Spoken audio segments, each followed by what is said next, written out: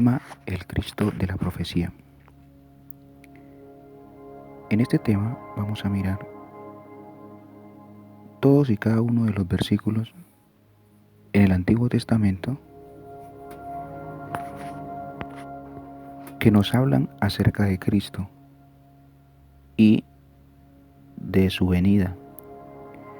Todas aquellas profecías que se dieron o se dijeron mejor acerca de Él. Detalladamente lo vamos a mirar desde Génesis hasta Malaquías. Arrancamos con Génesis 3:15. Dice: y pondré enemistad entre ti y la mujer, y entre tu simiente y la simiente suya. Esta te herirá en la cabeza, y tú le herirás en el calcañar. Bueno, en este primer versículo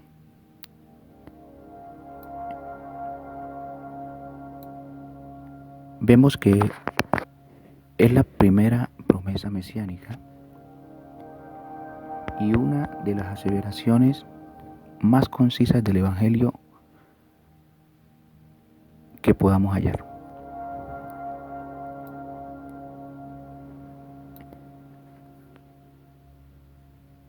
De la colisión sirio-israelita, también desde el punto de vista mesiánico, se convirtió en un término clave que marcó la encarnación de Cristo. Génesis 3:15 es además la primera proclamación del Evangelio, porque nos habla de la venida del Mesías, ya que aquí encontramos, en forma resumida, toda la riqueza, misericordia, todo el dolor y gloria redentora de Dios para con la humanidad. En este versículo de la Biblia, Génesis 3:15, Dios promete traer un redentor de la simiente de la mujer. Ahora, este redentor será completamente humano, pero concebido divinamente. La serpiente antigua, que se llama Diablo y Satanás, hará guerra contra la simiente. Y esto también lo podemos mirar en Apocalipsis 12. Es más, dice que la morderá, pero mientras la serpiente muerde su calcañar, su pie desciende aplastando la cabeza de la serpiente. Ahora bien, en la vida y en la muerte de Cristo se cumplió esta escritura. Él fue concebido divinamente, pero completamente humano.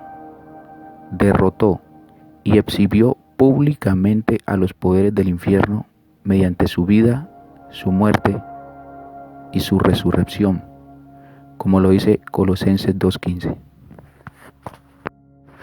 El siguiente versículo que nos habla acerca del Cristo de la profecía lo encontramos en Génesis 22:18.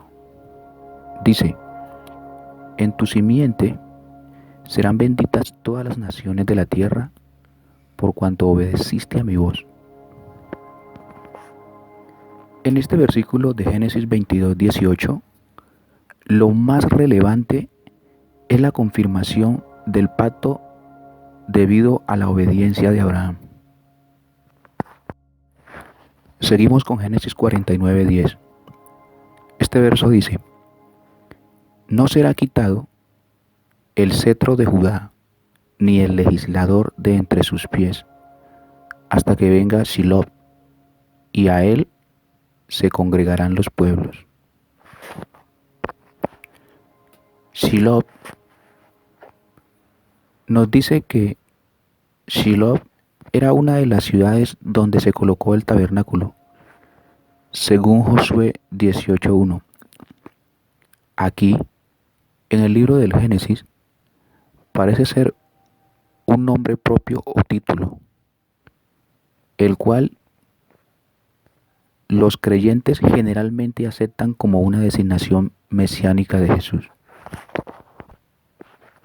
La palabra castellana Mesías es una transliteración del hebreo que aquí se traduce como ungido. En este caso, el ungido es probablemente un rey de Israel que proféticamente anticipa a Cristo, el Santo Hijo de Dios, a quien éste ungió, como lo dice Hechos 4:27. El uso de esta palabra Shiloh o su etimología es incierta, pues para algunos Shiloh significa el Pacífico.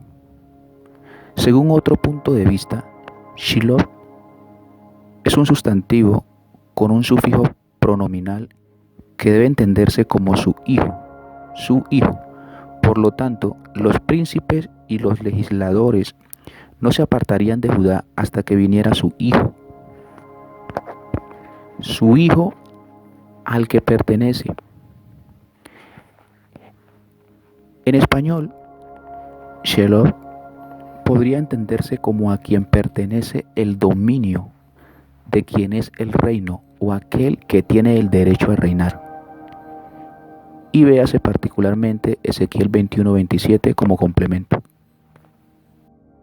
El cuarto versículo lo encontramos en el libro de Deuteronomio 18:15. Este dice: Profeta, de en medio de ti, de tus hermanos, como yo, te levantará Jehová tu Dios. A él oiréis. Moisés fue seguido por muchos profetas genuinos, pero su profecía de que algún día se levantaría un profeta como él, solo se cumplió con la venida de Jesucristo. En su sermón, en Hechos 3:22 al 23, Pedro, uno de los apóstoles ya sabemos de Jesús, cita esta profecía como consumada en la persona de Cristo. Seguimos con el versículo del Salmo 2. El Salmo 2, del 1 al 12, es un salmo muy interesante del cual podemos aprender muchas cosas acerca de las profecías de nuestro Señor Jesucristo, de su venida, de que Él iba a venir. Entonces vamos a mirar el Salmo 2 del 1 al 12 y empecemos por el Salmo 2:8. Dice que aquí vemos la promesa de Dios a su Mesías. Este gran salmo mesiánico revela el corazón de Dios hacia su propio Hijo, cuando dice: pídeme y te daré por herencia las naciones. Ahora bien, según Mateo, Jesús reconoció disponer de este poder al comisionar a sus seguidores a ir y hacer discípulos a todas las naciones. En el Salmo 2:2 vemos que se levantarán los reyes de la tierra y príncipes consultarán unidos contra Jehová y contra su ungido, diciendo. El 3 dice: rompamos sus ligaduras y echemos de nosotros sus cuerdas. Este es un claro mensaje de que los reyes de la tierra nunca han deseado de que Jesús reine sobre la humanidad. Por eso cuando en el versículo 2, parte B, dice que ellos piensan cosas vanas, alude a una rebelión que no tiene oportunidad alguna de triunfar. Pídeme y te daré por herencia las naciones. Esta conversación contiene una sorprendente declaración, y es que todas las naciones del mundo llegarán a estar bajo el gobierno del Hijo. Sin embargo, hace falta pedirlo. Por eso dice: pídeme. En Juan 17, por medio de su oración sacerdotal, Jesús hace precisamente esto. Eso lo vemos en Juan 17, del 1 al 28. Claro está que su petición incluye nuestra respuesta. Debemos unirnos, como lo dice Juan 17:21, y recibir en nombre de Dios la autoridad manifiesta que Jesús, como el Mesías intercesor del Salmo 2, nos ha conferido a nosotros, su iglesia. En su nombre oramos, y por esta gloria triunfamos al recibir la herencia de las naciones, tal y como prometió Dios. En Proverbios 24, del 11 al 12. El siguiente versículo que vamos a mirar es el Salmo 16,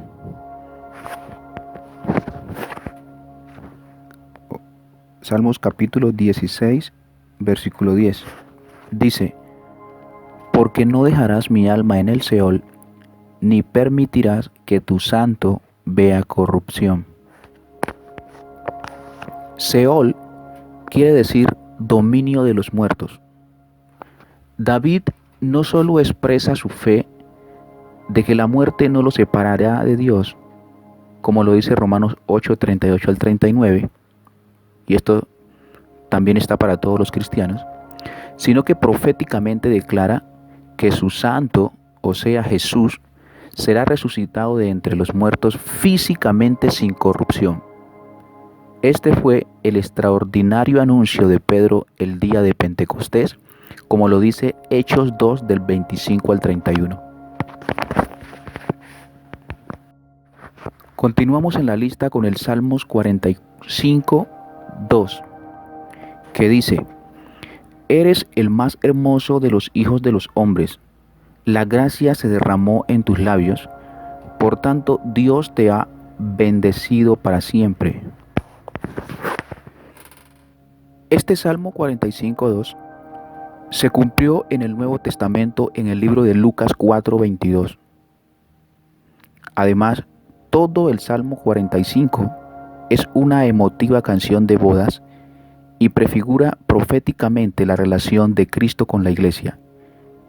Esto también lo vemos en Efesios 5:32. Antiguos rabinos la aplicaban al Mesías y su majestad. En la lista sigue el Salmos 68:18, donde dice: subiste a lo alto, cautivaste la cautividad, tomaste dones para los hombres y también para los rebeldes, para que habite entre ellos Jehová Dios. Bien, ahora en el Nuevo Testamento, Pablo cita las palabras de esta gran marcha de triunfo y las aplica al triunfo de Cristo después de la crucifixión. Eso lo vemos en Efesios 4:8. Bueno, continuamos con el Salmo 69:21. Y este salmo dice lo siguiente: me pusieron además hiel por comida, y en mi sed me dieron a beber vinagre. De acuerdo con Mateo 27:34, la hiel y el vinagre fueron ofrecidos a Jesús durante la agonía de su crucifixión. Continúa el Salmo 110:1. Este dice: Jehová dijo a mi Señor: siéntate a mi diestra hasta que ponga a tus enemigos por estrado de tus pies. Bueno, Jehová, en este caso, esto es el Dios del universo, dijo al Señor de David, Adonai el Mesías, que se regocijara. Muchos autores del Nuevo Testamento citan este versículo. La palabra dijo se emplea únicamente cuando se trata de mensajes proféticos. Para estrado podemos ver a Josué 10 del 24 al 25.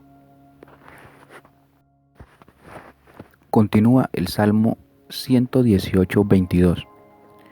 Este salmo dice: la piedra que desecharon los edificadores ha venido a ser cabeza del ángulo. Estos dos versículos, o sea, el Salmo 118:22 y 23, se citan 5 veces en el Nuevo Testamento en relación con el rechazo de Jesús por el liderazgo judío. Esto lo vemos en 1 de Pedro 2:7.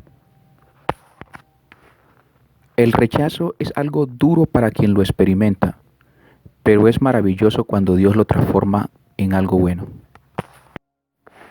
Le sigue el Salmo 132:11, que dice: En verdad juró Jehová a David, y no se retratará de eso o de ello. De tu descendencia pondré sobre tu trono. Ahora bien, esto fue citado por Pedro el día de Pentecostés al confirmar la resurrección de Jesús y su ascensión al trono de David. Y lo podemos ver en Hechos 2:30. Continuamos con Isaías 2:4. Y dice: Y juzgará, entre las naciones, y reprenderá a muchos pueblos, y volverán sus espadas en rejas de arado, y sus lanzas en hoces. No alzará espada nación contra nación, ni se adiestrarán más para la guerra. Este pasaje de Isaías 2:4 es casi idéntico a Miqueas 4 del 1 al 3. El fin de las guerras y un reinado divino universal como esperanza para el futuro son cosas tan importantes que Dios las reveló a ambos profetas. El lenguaje aquí es mesiánico y se aplica en parte a la era de la Iglesia, en parte al milenio y al mundo por venir. Véanse también Abdías 15 y Miqueas 4 del 1 al 5. Continúa Isaías 7:14, que dice: Por tanto, el Señor mismo os dará señal. He aquí que la Virgen concebirá y dará a luz un hijo, y llamará su nombre Emmanuel. Se refiere sin duda alguna a la Virgen María, como lo vemos en Mateo 1:23 y Lucas 1:27, donde el término griego partenos, que quiere decir virgen, no deja lugar a dudas. La ambigüedad de la palabra hebrea era algo esencial para que la profecía anunciara tanto el futuro nacimiento del Mesías como otro más próximo dentro de la línea real. Continuamos con Isaías 9:6, y este pasaje dice: Porque un niño nos es nacido, hijo nos es dado, y el principado sobre su hombro, y se llamará su nombre admirable, Consejero, Dios fuerte, Padre eterno, Príncipe de paz. Esta señal profética fue dada a Acaz como una confirmación de la esperanza de Judá en medio de la adversidad, y tuvo una consumación histórica inmediata.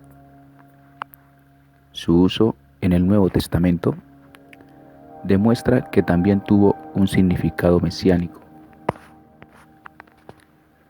Un hijo, para los lectores de Isaías, hubiese sido un heredero no identificado de la casa de Acaz, quizás su hijo Ezequías. En sentido mesiánico, la profecía se cumplió en Jesucristo. Emmanuel, Dios con nosotros, fue el título que se le dio para confirmar la participación de Dios en la liberación de Judá. Isaías 9:6 se ofrece el cuádruple nombre y los atributos del niño o Mesías, quien nacería para reinar por siempre sobre el trono de David. Admirable, consejero, parece un nombre que expresa sus cualidades de guía y líder político. Él es la palabra viva, el guía infalible, la inextinguible sabiduría, la verdad y el camino. Sobre él descansará el imperio, la autoridad de gobernar. Dios fuerte. El niño es Dios encarnado, el omnipotente. La palabra traducida como fuerte tiene el significado adicional de héroe. El Señor es el héroe infinito de su pueblo, el guerrero divino que ha triunfado sobre el pecado y la muerte. Padre eterno, expresa el cuidado paternal que viene de Cristo. Este título no entra en conflicto con el de la primera persona de la Trinidad, o sea, Dios, sino que, como Jesús se lo dijo a Felipe, el que me ha visto a mí, Felipe, ha visto al Padre. Juan 14:9. Eterno también significa presente en todas partes. El Señor posee los atributos de eternidad y omnipresencia, mientras reina sobre el trono de David y dentro de los corazones de los redimidos. Príncipe de paz. Su reino estará caracterizado por Shalom, sanidad, bienestar, prosperidad, felicidad y cese de la enemistad. El Nuevo Testamento afirma que el establecimiento del reino estará antecedido por su triunfo sobre Satanás. Isaías 11:1 dice: saldrá una vara del tronco de Isaí y un vástago retoñará de sus raíces. La palabra vástago, en este caso, presupone las dificultades por las que ha atravesado el trono de David desde la división del reino. De esta corrompida raíz resurgiría una nueva vida en la persona de un nuevo rey, simbólicamente llamado vara y vástago. Apocalipsis 5:5 llama a Cristo raíz de David. Continuamos con Isaías 28:16. Este pasaje dice: por tanto, Jehová el Señor dice así: he aquí que yo he puesto en Sión por fundamento una piedra probada, angular, preciosa, de cimiento estable. El que creyere, no se apresure. Dios reitera a Judá que debe confiar en su intervención, la cual ha estado presente en Sión durante años. Su propósito era obrar como en los siglos pasados y también en el futuro, por medio de la dinastía davídica, un cimiento estable. Aunque Ezequías pudo haber sido el objeto inmediato de la profecía, en realidad lo era en su condición de prototipo de Cristo, de hombre probado, piedra escogida. Primera de Pedro 2:6. Le sigue Isaías 42:1. Este pasaje dice: he aquí mi siervo, yo le sostendré, mi escogido, en quien mi alma tiene contentamiento. He puesto sobre él mi espíritu. Él traerá justicia a las naciones. He aquí mi siervo. Israel fue previamente proclamado siervo de Dios. El siervo parece ser aquí alguien diferente. El uso que hace el Nuevo Testamento de este versículo lo convierte en un texto claramente profético que se cumple en Cristo. Como tal, Él es el primero de los 4 cánticos del siervo que evoca a Cristo. Hechos 3:13 dice: el Dios de Abraham ha glorificado a su Hijo Jesús. Desde un punto de vista histórico, algunos especialistas consideran que Ciro era el siervo a que se refería Isaías, desempeñando el papel de un prototipo de Cristo. Continuamos con Isaías 53. Este pasaje dice: ¿quién ha creído a nuestro anuncio? ¿Y sobre quién se ha manifestado el brazo de Jehová?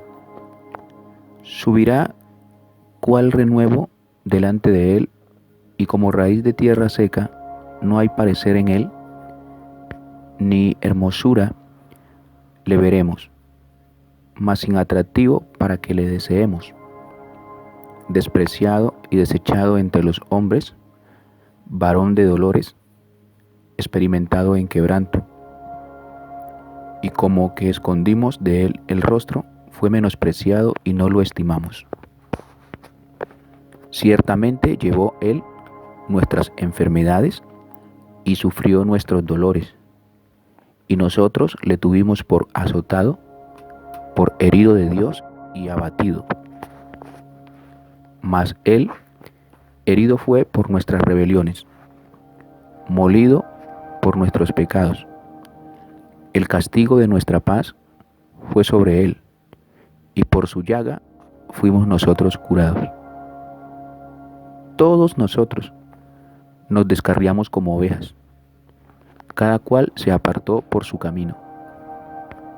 Mas Jehová cargó en él el pecado de todos nosotros. Angustiado él y afligido, no abrió su boca.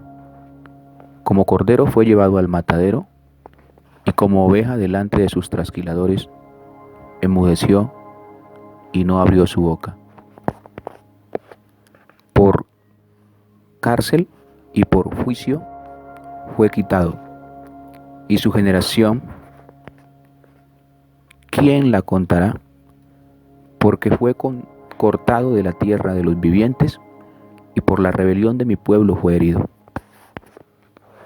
Y se dispuso con los impíos su sepultura, mas con los ricos fue en su muerte, aunque nunca hizo maldad, ni hubo engaño en su boca. Con todo eso, Jehová quiso quebrantarlo, sujetándole a padecimiento. Cuando haya puesto su vida en expiación por el pecado, verá linaje, vivirá por largos días, y la voluntad de Jehová será en su mano prosperada. Verá el fruto de la aflicción de su alma, y quedará satisfecho. Por su conocimiento justificará mi siervo justo a muchos, y llevará las iniquidades de ellos. Por tanto, yo le daré parte con los grandes, y con los fuertes repartirá despojos. Por cuanto derramó su vida hasta la muerte, y fue contado con los pecadores, habiendo él llevado el pecado de muchos, y orado por los transgresores. Bueno, este pasaje en sí solo pues deja claro que de quien habla es de nuestro Señor Jesucristo. Isaías 53:3 dice que él fue experimentado en quebranto. Para ser nuestro perfecto sumo sacerdote, Cristo Jesús tenía que sufrir personalmente nuestro dolor. Isaías 53:5 dice: llaga, curados. Pedro ve esto como una referencia de Cristo en la cruz, y él lo narra en 1 de Pedro 2, del 24 al 25. El mismo Isaías 53:5 habla de rebeliones, de pecados, que fue la causa de su sacrificio vicario. Nuestras, dice. Él probablemente es enfático, sufrió por los pecados y enfermedades de la humanidad.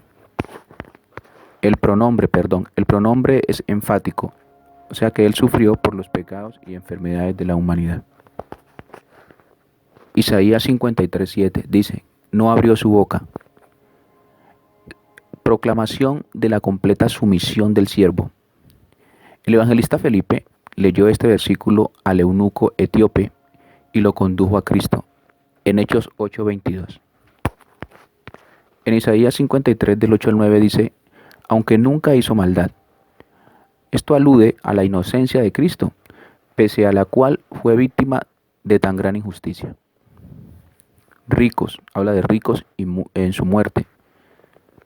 Profetiza que Cristo tendría un entierro decente y honorable en la tumba de José de Arimatea, y esto se llevó a cabo y lo narra Mateo en el capítulo 27, versos 57 al 60.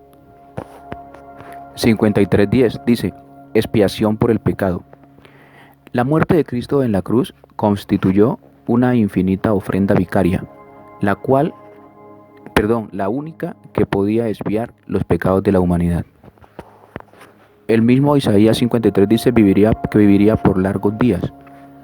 Algo paradójico a la luz de la muerte del siervo, se trata de una obvia referencia a la resurrección de Cristo. Su linaje alude a los redimidos. 53:11 dice que justificaría a muchos. Entonces, al cargar sobre sí las iniquidades de la humanidad, Cristo logró restaurar ante Dios a todos aquellos que acepten su sacrificio. Y eso lo dice Romanos 5:1. 53:12 enfatiza de que había orado por los transgresores. Aquí significa algo más que orar. Se trata de una declaración sumaria sobre la completa entrega de sí mismo que Él hizo en beneficio de la humanidad. 53:12 dice, yo le daré parte con los fuertes. Lenguaje simbólico que alude al premio destinado por Jehová al Mesías debido a su fidelidad. Bueno, entonces, sin duda alguna, este Isaías 53 es uno de los pasajes que más nos habla en el Antiguo Testamento de lo que iba a ser la vida en el Nuevo Testamento de nuestro Señor Jesucristo. Continuamos con Isaías 59:16. Dice, y vio que no había hombre, y se maravilló que no hubiera quien se interpusiese, y los salvó su brazo, y le afirmó su misma justicia. Se coloca encima la armadura de soldado para enfrentarse a los enemigos y a los que no se arrepientan. Entonces trae redención a los penitentes en Sión. Esta sesión tiene importancia mesiánica y se refiere a la salvación forjada por Cristo. Cuando dice, y los salvó su brazo, se refiere que al no encontrar un mediador humano calificado para representar al caído Israel, Jehová provee su propia salvación. Ahora bien, desde un punto de vista histórico, esta escritura se cumplió parcialmente a través de las acciones del emperador persa Artajerjes I, en el año 465 al 423 a.C. Le sigue Isaías 61:1, que dice, el Espíritu de Jehová el Señor está sobre mí, porque me ungió Jehová, me ha enviado a predicar buenas nuevas a los abatidos, a vendar a los quebrantados de corazón, a publicar libertad a los cautivos y a los presos apertura de la cárcel. Jesús mismo citó este versículo y parte del verso 2 en la sinagoga de Nazaret, como lo dice Lucas 4 del 17 al 20. Afirmó entonces que aquí se encontraba la esencia de su ministerio. También describió la misión fundamental que había encomendado a su iglesia. Le sigue Isaías 63:1. Este pasaje dice, ¿quién es este que viene de Edom, de Bósra, con vestidos rojos? Este hermoso en su vestido que marcha en la grandeza de su poder. yo, el que hablo en justicia, grande para salvar. Esta sesión no tiene paralelo en el Antiguo Testamento. Presenta a Jehová con vestidos rojos, acercándose tras aniquilar a los enemigos de su pueblo. La consumación mesiánica inicial señala en Mateo 12 del 22 al 29 y en Colosenses 2:15. Su consumación se halla en Apocalipsis 19 del 11 al 21. Vemos que nombra un pueblo llamado Edom. Edom fue un territorio del sudeste del Mar Muerto, habitado por los descendientes de Esaú.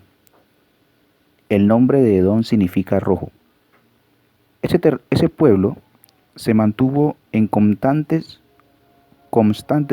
conflictos con Judá y llegó a convertirse en símbolo de impiedad. También dice Bosra. Bosra fue una ciudad de Edom cuyo nombre significa vendimia. Continúa Jeremías 23:5. Este pasaje dice: He aquí vienen días, dice Jehová, en que levantaré a David renuevo justo, y reinará como rey, el cual será dichoso y hará juicio y justicia en la tierra. Aquí el término vienen días se usa para referirse a la era mesiánica. Cuando dice renuevo, el renuevo es un título mesiánico. Continuamos con Daniel 9:25. Este pasaje dice: Sabe, pues, y entiende que desde la salida de la orden para restaurar y edificar a Jerusalén hasta el Mesías príncipe, habrá 7 semanas y 62 semanas se volverá a edificar la plaza y el muro en tiempos angustiosos. Mesías o Mashiach quiere decir el ungido. Esta palabra, Mashiach, aparece 39 veces en el Antiguo Testamento y proviene del verbo mashah, que significa ungir o consagrar a una persona con el santo aceite de la unción. Mashiach describe al sumo sacerdote, y esto lo podemos ver en Levíticos 4, del 3 al 16. También se utiliza para ungir y consagrar a reyes tales como Saúl. Lo vemos en 2 de Samuel 1, del 1 al 14. 1:14, perdón. Y a David. Y eso lo vemos en 2 de Samuel 19:21 y el Salmo 18:50. En los Salmos y en Daniel, Mashiach designa particularmente al heredero ungido de David, el rey de Israel y gobernante de todas las naciones, como lo dice el Salmos 2, 28:8 y Daniel 9, del 25 al 26. Ahora bien, siempre que al Señor se le da el nombre de Jesucristo, se le está llamando Jesús el Mesías.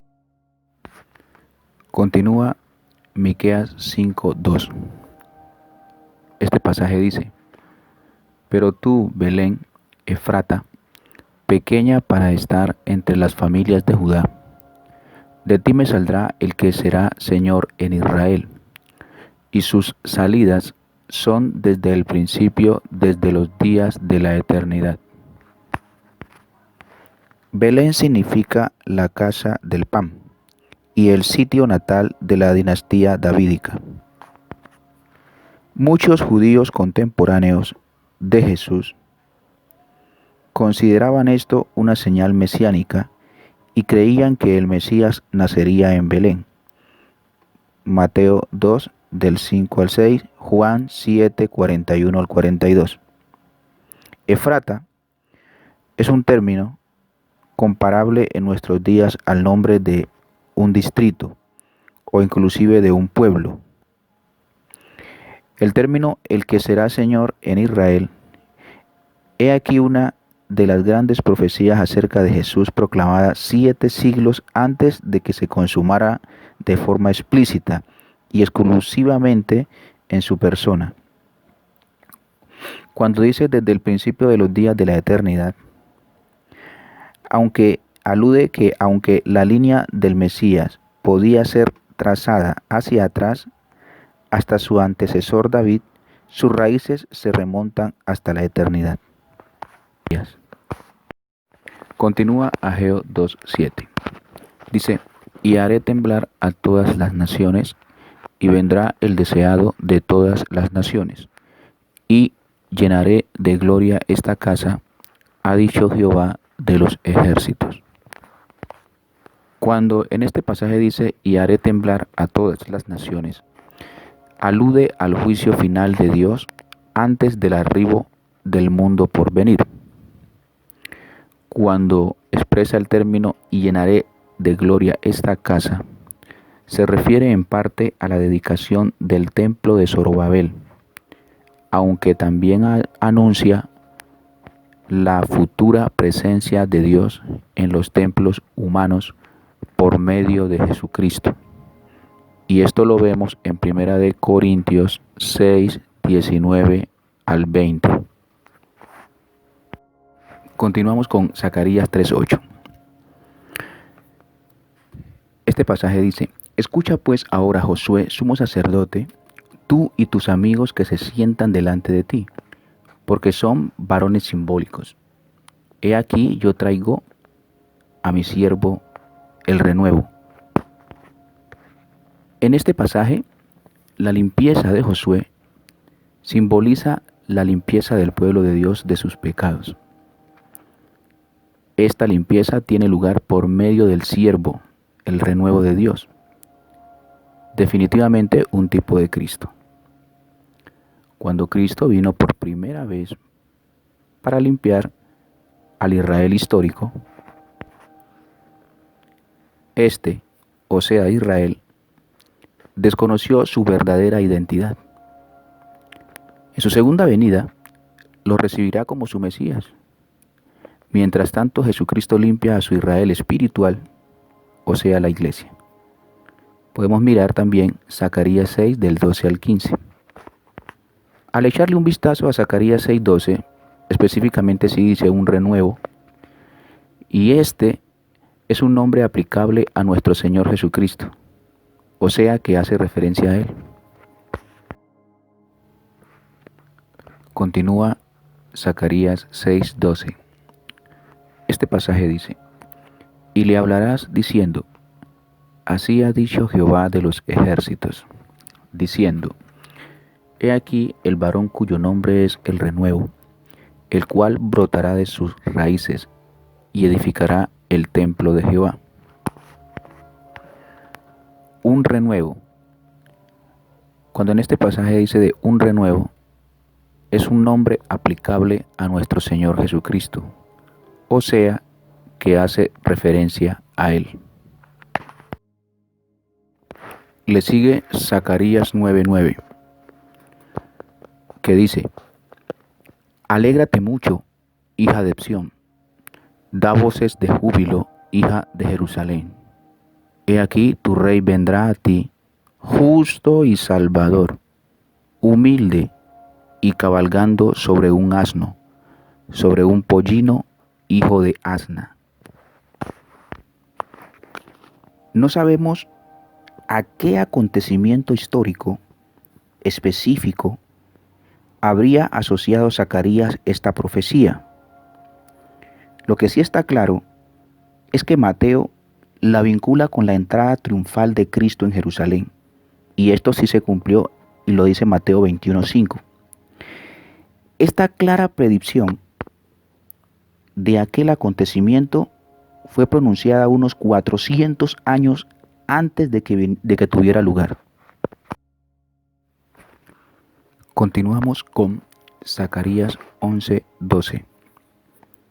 Este pasaje dice: Y les dije, si os parece bien, dadme mi salario, y si no, dejadlo. Y pesaron por mí 30 piezas de plata. 30 piezas de plata era el precio de un esclavo. Y eso lo vemos en Éxodo 21:32 y Mateo 21 del 3 al 9. Le sigue Zacarías 12:10. Este pasaje dice: Y derramaré sobre la casa de David y sobre los moradores de Jerusalén espíritu de gracia y de oración, y mirarán a mí, a quien traspasaron, y llorarán como se llora por hijo unigénito, afligiéndose por él como quien se aflige por el primogénito. Gracia, que quiere decir chen en hebreo, también se traduce como favor, merced, agradecimiento, bondad, hermosura, afabilidad, encanto, atractivo, amabilidad, afecto. La raíz shanán significa actuación amable o misericordiosa hacia alguien, tener compasión o inclinarse favorablemente hacia algo o alguien. La gracia divina derramada sobre Jerusalén les permite dirigir vehementes la mirada hacia su rey herido. La gracia divina hará que Israel vea a Jesús como alguien que posee infinita belleza. La bondad de Dios les permite arrepentirse. Al Espíritu Santo se le llama el Espíritu de Gracia en Hebreos 10:29, un título que indudablemente fue inspirado por esta referencia de Zacarías.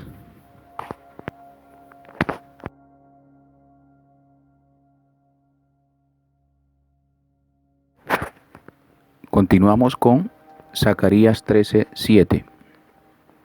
Dice: Levántate, oh espada, contra el pastor y contra el hombre compañero mío, dice Jehová de los ejércitos, y hiere al pastor, y serán dispersadas las ovejas, y haré volver mi mano contra los pequeñitos.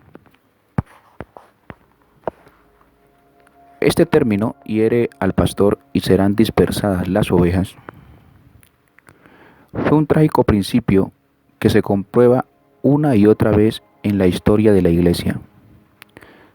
Jesús explicó este versículo a sí mismo en Mateo 26:31. Bueno, finalizamos entonces con Malaquías 3:1, que dice: He aquí, yo envío mi mensajero, el cual preparará el camino delante de mí, y vendrá súbitamente a su templo el Señor, a quien vosotros buscáis, y el ángel del pacto, a quien deseáis vosotros. He aquí viene, ha dicho Jehová de los ejércitos.